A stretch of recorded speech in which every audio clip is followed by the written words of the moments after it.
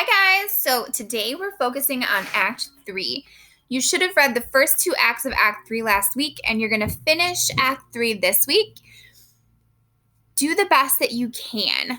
We are getting a little bit short on time. So if you can't get through the entire act, this document will help you focus on the most important parts.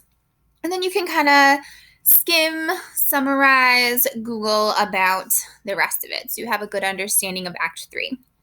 So first and foremost, Death to Banquo. All Shakespeare plays have 5 acts, and typically Act 3 is where the crazy stuff goes down. This week, we're going to be analyzing 2 scenes for literary elements and making stuff happen. First, a quick summary of the first 2 acts in case you forgot.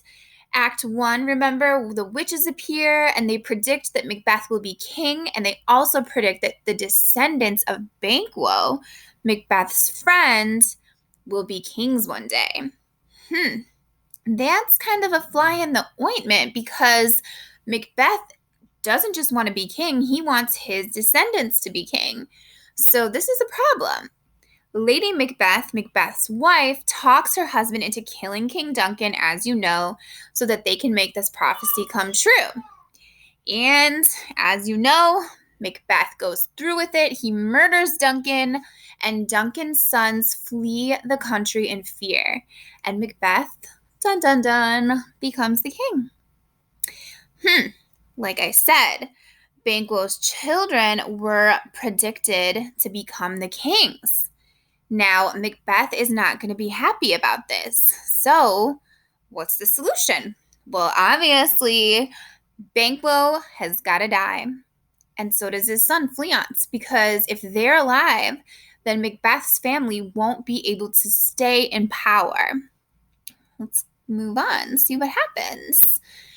So, we're focusing on Scene 1, lines 52 through 77. So this is a soliloquy, which is when a character is talking to themselves, sharing their inner feelings, where Macbeth actually considers why Banquo needs to die. Now, these are some resources right here that you can use if you're feeling overwhelmed, if you fell behind. There's the translated version, which is also in your books, an annotated version, a video explanation, a performance. You can use any of these to help you get through Act 3.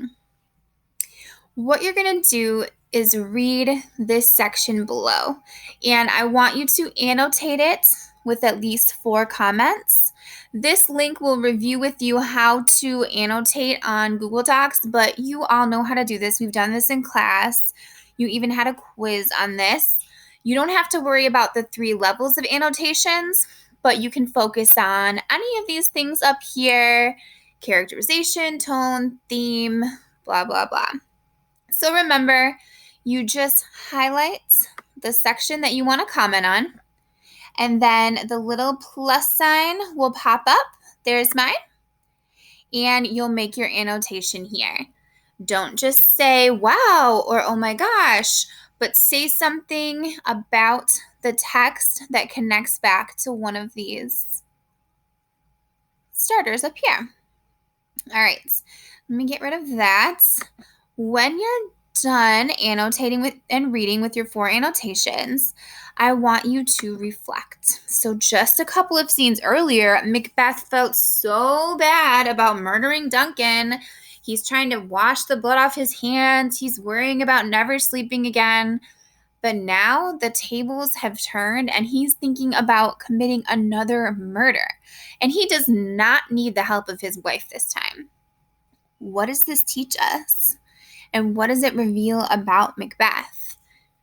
Reference the text above and explain. This should be about a paragraph, and I'll write that here.